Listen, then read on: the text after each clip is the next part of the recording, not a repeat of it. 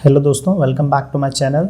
आज के वीडियो में हम डिस्कस करने वाले हैं सप्लाई एनालिसिस एंड इस वीडियो में हम टॉपिक कवर करेंगे market supply, individual supply schedule that is individual supply and supply stock output, total output. तो ये सारे जो क्वेश्चंस है ये 2 मार्क्स के आते हैं, ठीक है, 2 मार्क्स और 1 मार्क्स। तो ये बहुत ही इंपॉर्टेंट है इस चैप्टर के लिए, क्योंकि इसके बाद जो है सिर्फ 3 क्वेश्चन बनते हैं, एक वेरिएशन सप्लाई एंड फिर लॉ ऑफ सप्लाई। तो देखिए इसमें मैक्सिमम अगर आप ये चैप्टर्स कवर करते हो तो 12 मार्क्स आपके जो है कवर होते हैं एंड ये बहुत इजी है। जैसे आप एग्जांपल के तौर पे थर्ड का ए किए, ठीक है, तो ये फोर्थ कर सकते हो, क्योंकि थर्ड का जो बी है दैट इज़ वेरी डिफ़िकल्ट।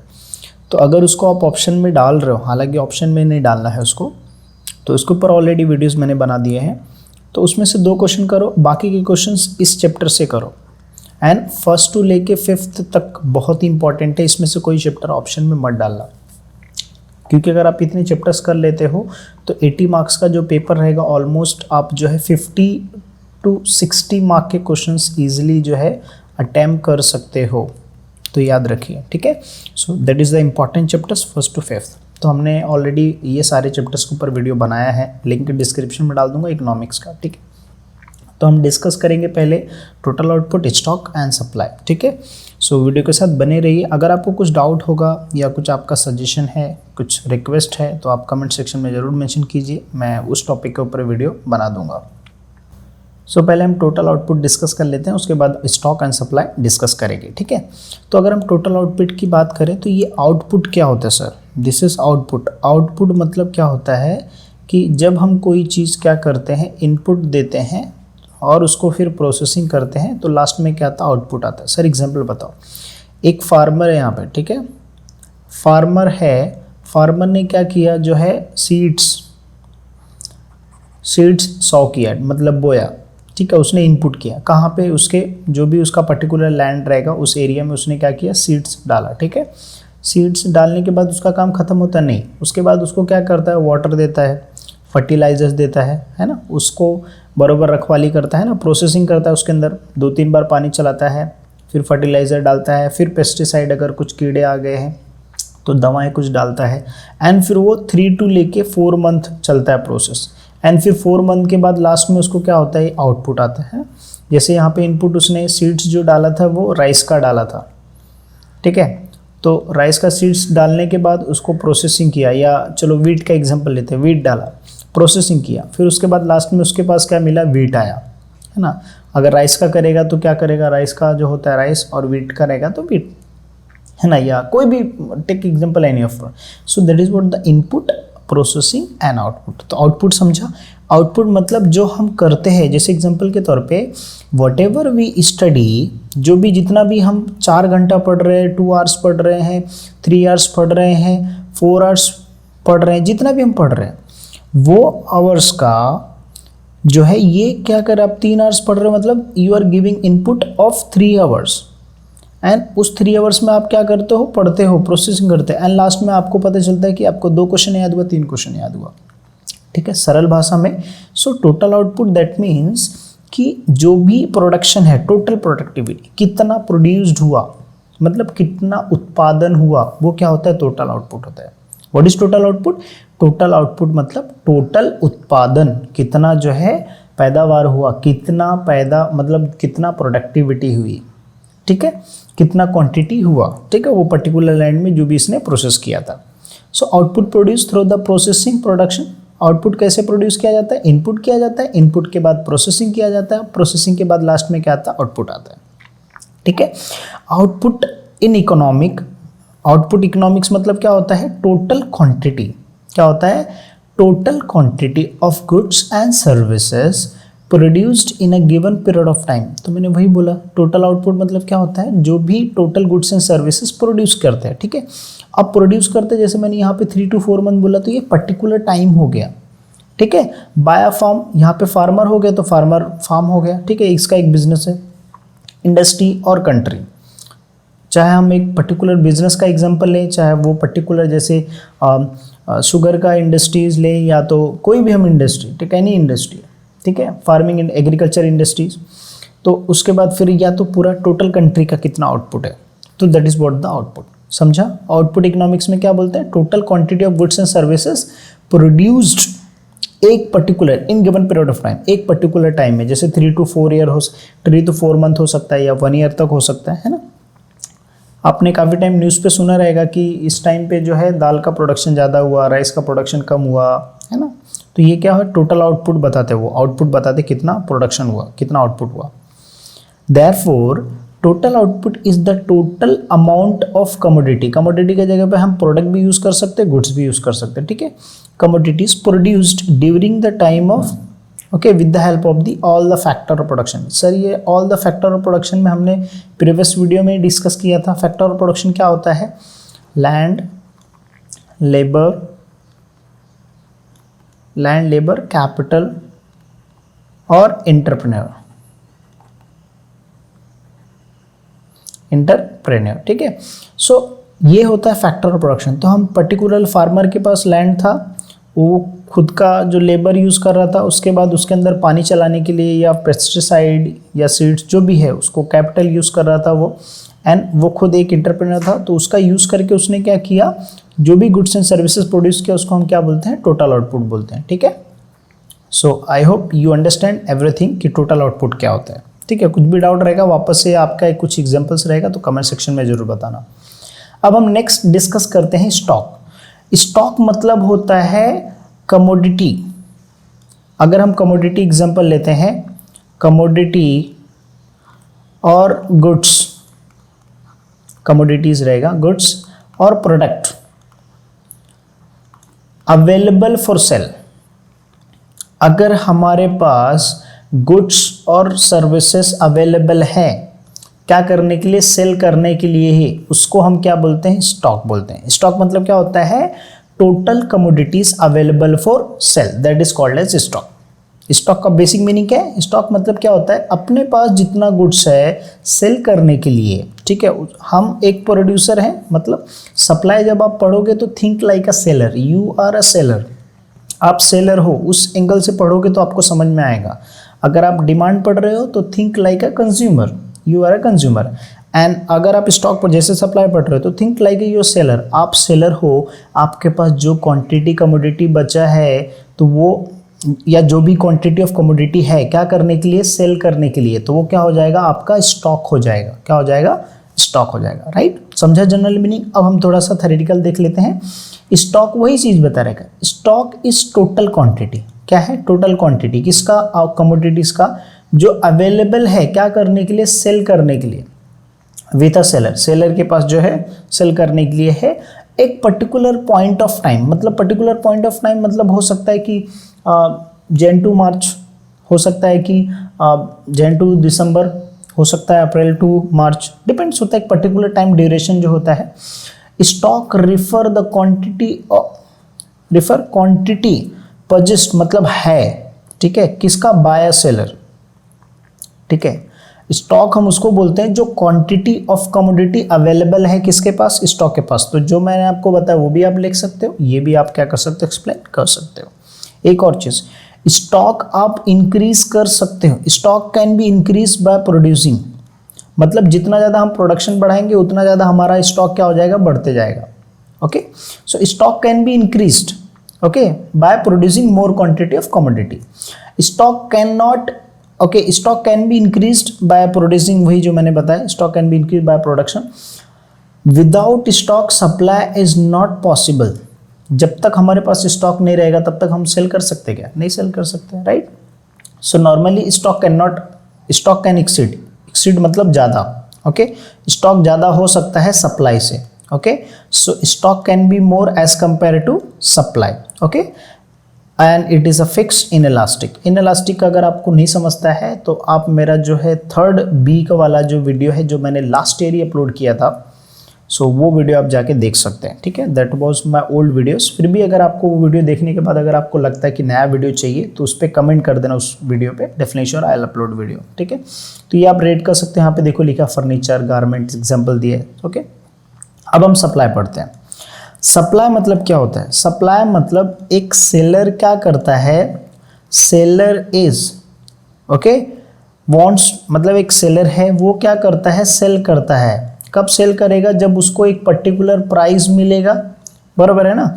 तो सप्लाई मतलब क्या होता है, seller is willing to sell at given price, so that is called as supply. Supply मतलब क्या हुआ कि एक सेलर है, सेलर को हम प्रोड्यूसर भी बोलते हैं, मैन्युफैक्चरर भी बोल देंगे, यहाँ पे एग्जांपल अगर लेंगे।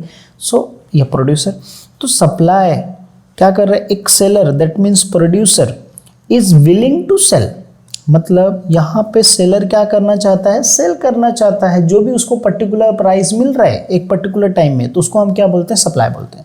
What is supply?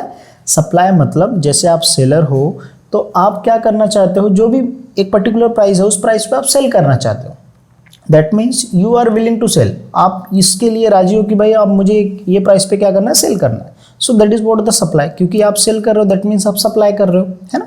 अब हम थ्योरेटिकल देख लेते हैं। The term supply refers to the quantity of a commodity, क्या, quantity of commodity which seller is willing to और एंड एबल टू सेल, मतलब seller is willing to sell कहाँ पे, मार्केट में, कौन से प्राइस पे, पर्टिकुलर प्राइस पे, पर्टिकुलर एक पर्टिकुलर जो भी प्राइस हो सकता है 10 rupees 20 rupees, depend upon the product, during given period of time, मतलब एक पर्टिकुलर टाइम में, तो that is called as supply. समझा कि नहीं समझा? मैंने पहले स्टार्टिंग में बोला सप्लाई मतलब seller is willing to sell at particular price, ठीक है। सो यहाँ पे वही सेंटेंस को थोड़ा सा अच्छे से लिखा है सेंटेंस फ्रेम में। The term supply refers to the quantity of commodity, एक क्वांटिटी ऑफ कमोडिटी जो सप्लाई है, विच, जो कभी भी याद रखो WH जब बीच में आता है सेंटेंस में तो जो बन जाता है, ठीक है। जो सेलर क्या है, संतुष्ट है, और सेलर क्या करना चाहता है, वॉन्ट्स टू सेल और able to sell in the market, और वो उस क्या कर सकता है, मार्केट में सेल कर सकता है एक पर्टिकुलर प्राइस पे और एक पर्टिकुलर टाइम में। ये पर्टिकुलर टाइम हो सकता है कि भाई जो है जनवरी से लेके दिसंबर हो सकता है, जनवरी से लेके दिसंबर के बीच में हो सकता है, या तो फिर मार्च से लेके अक्टूबर तक हो सकता है, डिपेंड्स। एनी पर्टिकुलर एक 4 मंथ का क्वार्टर भी हो सकता है, ईयरली भी हो सकता है, हाफ ईयरली भी हो सकता है। एंड यहाँ पे डेफिनेशन है, so you can just read out definition, आपको वर्ड टू वर्ड लिखना पड़ेगा। ये पॉल सैमुएल्सन का डेफिनेशन है। क्या बोलता है, the relation between the market price, market price क्या है, and the number of goods that producer are willing to supply, उसको हम क्या बोलते हैं, सप्लाई बोलते हैं। इसका मतलब ये हुआ कि अकॉर्डिंग टू पॉल सैमुएल्सन सप्लाई हम उसको बोलते हैं जो रिलेशन बताता है मार्केट प्राइस के बीच में एंड जो प्रोड्यूसर गुड्स जो है सेल करना चाहता है उस प्राइस पे, तो उसको हम क्या बोलते हैं, सप्लाई बोलते हैं। Supply is relative term, it always express in relation with the price and quantity. Relative term इसलिए बोला कि व्हेन जैसे प्राइस इंक्रीज होगा तो सप्लाई ऑल्सो इंक्रीज। आप एक सेलर हो, आपको ज़्यादा प्राइस मिल रहा है तो आप ज़्यादा सप्लाई करोगे, कम प्राइस मिल रहा है तो सप्लाई भी क्या करोगे, आप कम करोगे, ओके। एंड दूसरी बात ये रिलेटिव टर्म इसलिए बोला है क्योंकि it depends, time to time change होता है, ठीक है।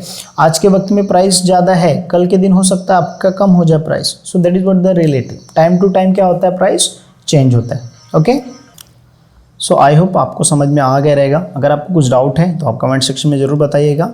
हम नेक्स्ट टॉपिक पे बढ़ते हैं, इंडिविजुअल सप्लाई स्केड्यूल्स। पहले हम इंडिविजुअल सप्लाई डिस्कस कर लेते हैं। ये इंडिविजुअल मतलब अगर एक हम सिंगल सेलर की, एक सिंगल प्रोड्यूसर की बात करते हैं, आ प्रोड्यूसर, ठीक है।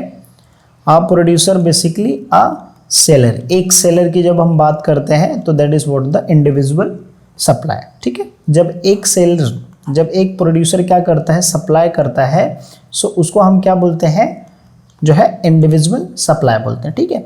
तो जैसे एग्जांपल के तौर पे अगर हम यहाँ पे एग्जांपल लेते हैं कि ये प्राइस है, ठीक है, दिस इज प्राइस।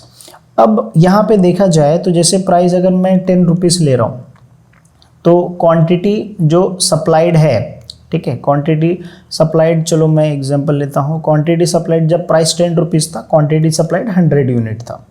जब प्राइस 20 रुपीज़ हुआ तो क्वांटिटी सप्लाइड क्या हो गया, 200 हो गया, ठीक है। जब 30 हुआ तो यहाँ पे 300 सप्लाइड हो गया। मतलब जैसे जैसे प्राइस बढ़ रहा है वैसे वैसे मेरा क्वांटिटी ऑफ कमोडिटी क्या हो रहा है, सप्लाई हो रहा है। जब 50 हुआ तो 500 हो गया, ओके। सो जैसे जैसे मेरा प्राइस इंक्रीज हुआ, व्हेन प्राइस इंक्रीजेस, जब प्राइस इंक्रीज हो रहा है तो सप्लाई भी क्या हो रहा है, इंक्रीज हो रहा है, ठीक है। तो इंडिविजुअल सप्लाई का डेफिनेशन कैसे लिखोगी, डिफरेंट, ये अलग अलग क्वांटिटी ऑफ कमोडिटी है, ठीक है। 100, 200, 300, 400 क्वांटिटी ऑफ कमोडिटी है। सो कैसे एक्सप्लेन करोगे? Individual demand means different quantity of a commodity, ये different quantity of commodity supplied at different price. क्या बोला मैंने? Individual supply means different quantity of a commodity supplied at different price by a seller in given period of time, it is called as individual supply. Understood? क्या बोला मैंने? Individual supply means different quantity of a commodity supplied at different price by a seller or by a producer in given period of time. Understood? समझा कि नहीं समझा यहाँ पे producer? Okay, अब हम इसका अगर स्केड्यूल की बात करते हैं तो हम स्केड्यूल्स और डायग्राम्स भी बना लेते हैं। ये स्केड्यूल्स हो गया इसका, ठीक है। अगर हम डायग्राम की बात करें सो ये जो है this is X axis, okay, and this is Y axis, ठीक है। ये क्या हो गया? ओरिजिन हो गया। तो ये मेरा क्या रहता है? क्वांटिटी सप्लाइड रहता है, ठीक है। और ये क्या हो गया? मेरा प्राइस हो गया, ठीक है।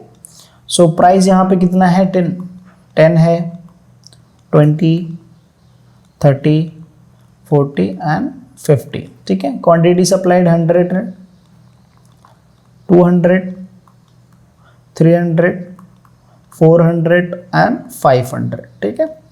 अब मेरा क्वांटिटी प्राइस कितना था? 10 था। तो क्या हो गया? 100, जब क्वांटिटी प्राइस 10 था तो क्वांटिटी सप्लाइड कितना था? 10 था। तो ये मेरा प्राइस हो गया और ये मेरा क्वांटिटी सप्लाइड हो गया, राइट।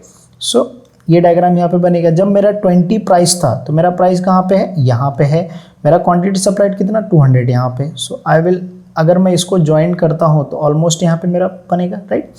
जब मेरा 30 रुपीज़ प्राइस हुआ तो 300, तो 30 इधर है, राइट। फिर यहाँ पे क्या है? ओके, सो ऑलमोस्ट यहाँ पे बनेगा। जैसे 40 हो गया तो 400 है। जब प्राइस 40 था तो कितना हुआ? 400, ओके। सो कुल मिला के जो है अगर आप देखोगे ये बॉक्स आपको बनाने की जरूरत नहीं है। डायग्राम क्या बनेगा? ऐसे बनेगा, ठीक है। यहाँ पे ज्वाइन मत कीजिएगा, यहाँ से बनेगा। तो ये क्या हो गया? सप्लाई कर, इंडिविजुअल सप्लाई कर हो गया। इसको हम बोलते हैं अपवर्ड कर। क्या बोलते हैं? अपवर्ड कर। सर अपवर्ड कर क्यों? क्योंकि ये क्या हो रहा है? नीचे से क्या हो रहा है?